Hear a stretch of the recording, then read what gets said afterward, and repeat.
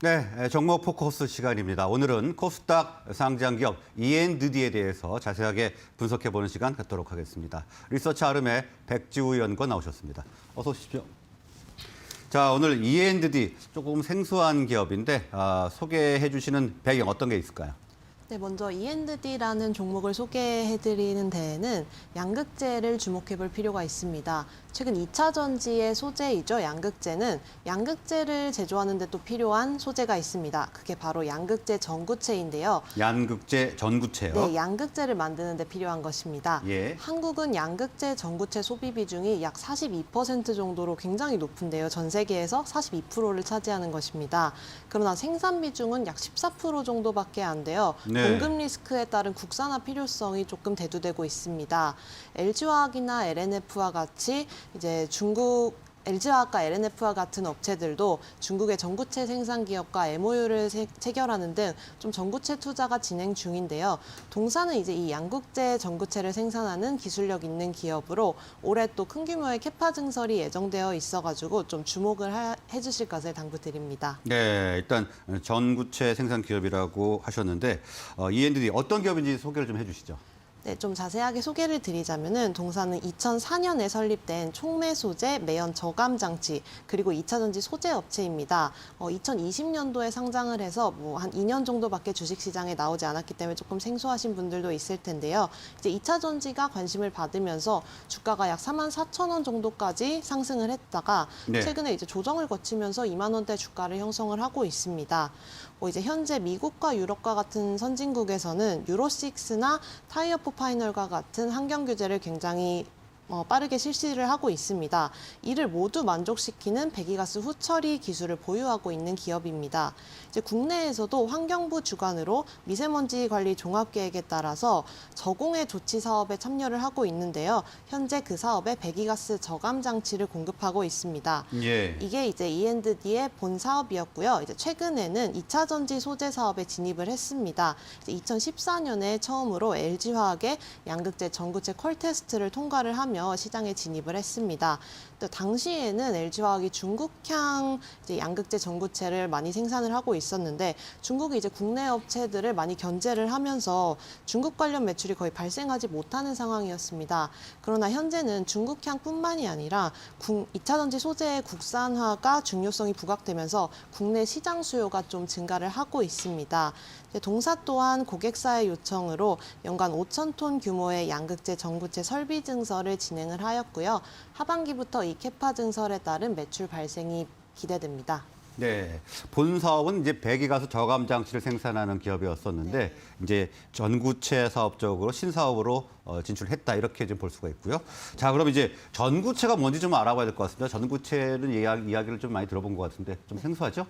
네, 앞서 말씀드렸다시피 양극재를 생산하는 데 필요한 소재인데요. 전구체라는 것은 기본적으로 어떤 물질이 이제 대산화 반응해서 특정 물질, 저희가 원하는 물질이 되기 전 단계의 물질을 말하는 것입니다. 이제 2차 전지에서는 양극재의 주요 원료인 니켈이나 망간과 같은 배합을 물질을 이제 전구체라고 부릅니다. 양극재 업체들은 전구체에 이런 니켈 같은 것을 도핑하여서 양극재를 제조를 하는데 이때 전구체가 중요한 이유는 2차 전지의 용량이나 수명과 같은 결정적인 품질을 결정하는 요소이기 때문입니다. 네, 전구체가 그러니까 하나의 물질을 말하는 것이 아니고 니켈, 망간, 코발트 등을 전체적으로 통칭을 해서 부르는 명칭인 네, 거죠? 맞습니다. 네. 이러한 통칭을 해서 부르는 전구체가 양극재 내에서 원가 비중이 약 70% 정도 됩니다. 그래서 양극재를 생산하는데 거의 전구체가 대부분의 가격을 결정한다고 볼 수 있습니다. 또 양극재를 이제 한 단위 생산하기 위해서는 전구체가 거의 0.9단위 정도가 필요합니다. 네. 그러나 이제 우리나라의 양극재 생산 기업들의 구조를 보면은요, LG엔솔이나 포스코케미칼 이런 것의 전구체 조달 비율이 자체 조달 비율이 0.1에서 0.4 정도밖에 안 됩니다. 0.9가 필요한데 말이죠. 그래서 대부분을 네. 중국 수입에 의존을 하고 있습니다. 이렇게 중국 수입에 의존을 하게 되면 생기는 문제점이 이제 과거 한일 반도체 소재 수출 제한, 뭐 중국 흡연 공급 통제와 같은 조달 리스크에 노출될 가능성이 매우 큽니다. 따라서 전구체를 주문하는 과정에서 또 양극재 제조 기술이 중국에 유출될 수밖에 없어서 이제 정부적으로도 그렇고 기업 자체적으로도 전구체 국산화에 대한 중요성이 부각되고 있습니다. 네, 이런 국산화의 중요성이 부각되고 있는데 그렇다면 이 E&D 국산화에 성공을 한 건가요? 그렇죠. E&D는 이제 핵심 경쟁력과 기술력으로 이제 전구체를 조금 더 중국 업체들에 비해 고품질로 만드는 데 성공을 했습니다. 예. 가장 큰 장점이라고 하면은 소구경 전구체를 만들었는데요. 이 소구경 전구체는 대구경 전구체에 비해 대량 생산이 가능을 합니다. 또한 이 소입경 전구체가 좋은 점은 이를 기존 전구체에 섞을 경우 소구경이라는 게 말 그대로 작은 구경을 가진 전구체를 말하는데요. 그 경우에 양극재의 밀도가 높아져서 더 좋은 품질의 배터리 효율성을 만들 수 있습니다. 최근 전기차는 주행거리의 한계가 가장 큰 문제인데요. 이런 밀도 높은 배터리 효율성이 높은 양극재를 만들다 보면은 이런 주행거리 문제점을 보완해 줄 수 있어 최근 주요 방식으로 채택되고 있습니다. 네, 배터리의 효율성을 높일 수 있는 기술을 가지고 있다 이렇게 말씀을 해주셨는데요. 자, 그러면 현재 구체적으로 전구체를 어디에 납품을 하고 있고 또 어느 정도의 캐파를 가지고 있는지 좀 궁금하네요. 네, 동사의 이제 양극재 전구체 기존 캐파는 이제 1,000톤 정도인데 현재 5,000톤으로 증설을 진행 중이고요. 이를 매출액으로 환산할 경우 연간 1,000억 정도의 매출 발생이 가능합니다. 아, 그러면 5,000톤이 1,000억 원인 건가요? 네, 맞습니다. 네네. 이제 완공은 올 3분기부터 예정되어 있고요. 양산 시점이 이제 하반기부터일 것으로 예상돼서 하반기에 큰 실적 향상이 기대가 됩니다. 이제 또 납품업체를 살펴보면은 동사는 글로벌 양극재 시장 점유율 1위 업체인 유미코아와 공동개발 계약을 잇따라 체결을 했습니다. 예. 그래서 좀 안정적인 수요처를 확보하여서 향후 이제 5,000톤 증설을 진행한 전구체 물량에 따라서는 유미코아에 공급을 할 예정입니다. 이제 과거 LG화학에 납품한 레퍼런스를 갖고 있어서 유미코아향 퀄테스트는 무리가 없다는 판단입니다.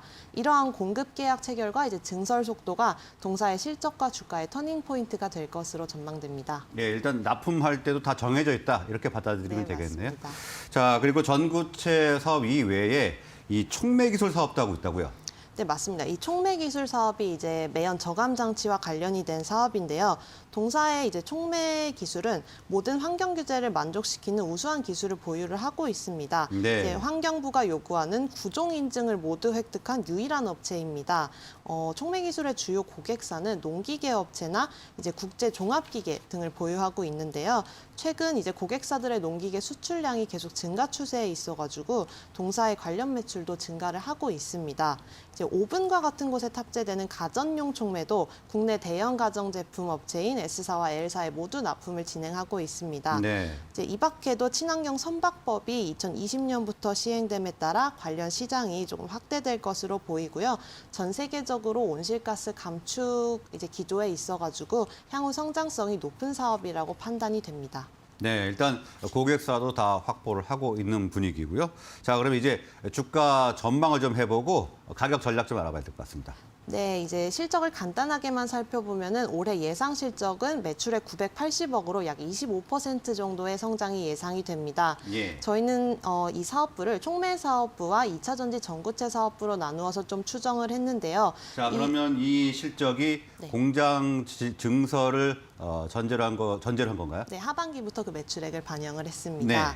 네, 따라서 이제 촉매 사업부의 예상 EPS와 전구체 사업부의 예상 EPS를 합산을 하여서 적정 주가 36,000원 정도를 제시를 합니다. 이 적정 주가는 PER 34배 정도와 11배를 평균을 낸 것인데요. 이제 전구체 중국 관련 업체들은 이미 PER 100배가 넘는 밸류에이션을 받고 있어서 이 정도의 적정 주가는 무리가 없다는 판단입니다. 네. 오늘 적정 주가를 목표가 36,000원으로 제시를 해주셨고요. 지금 오늘 현재가를 보니까 뭐 소폭 하락해서 22,900원 정도에 이제 거래가 되고 있는데 방금 전에 말씀해 주신 목표가와 차이가 상당히 많이 나네요. 네, 알겠습니다. 그럼 오늘 말씀은 여기서 마무리하겠습니다. 고맙습니다. 감사합니다.